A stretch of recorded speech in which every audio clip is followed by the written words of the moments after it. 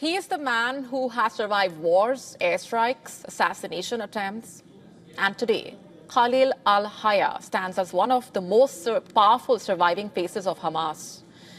Just last month, the 64-year-old escaped an Israeli air raid in Doha that targeted the group's senior leadership. And weeks later, he re-emerged in Egypt's Sharm el-Sheikh, leading Hamas in indirect talks with Israeli negotiators over a new Gaza peace plan backed by US President Donald Trump.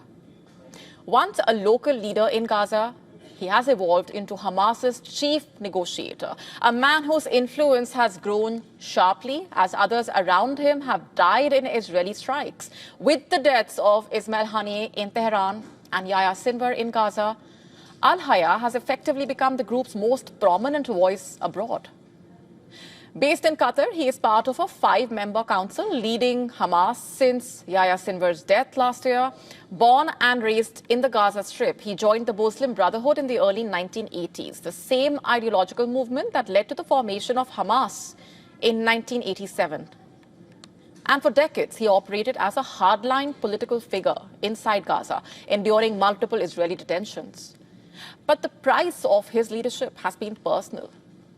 His family home in Gaza City's neighborhood was hit in a 2007 Israeli airstrike, killing several relatives. A year later, his son Hamza died in another strike. In 2014, his eldest son, along with Osama's wife and 3 of their children, were killed when their house was bombed during another Gaza war. Despite personal losses, Al-Hayya has continued to rise within the Hamas hierarchy. In 2014, he played a central role in ceasefire negotiations that temporarily ended that year's war with Israel. And today, he's again at the center of the efforts to secure a truce. Al-Hayya is known to maintain close ties with Iran, and he even accompanied Ismail Haniyeh to Tehran in July last year, shortly before Haniyeh was assassinated. And beyond the ceasefire diplomacy, Al-Hayya has also been involved in Hamas's relations across the Arab world.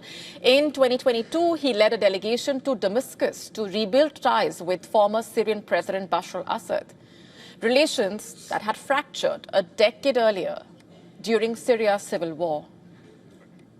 And as he returns to the negotiating table, one question remains: can he, along with other mediators, broker peace and bring an end to this war? To stay up to speed with the latest news, download the WION app and subscribe to our YouTube channel.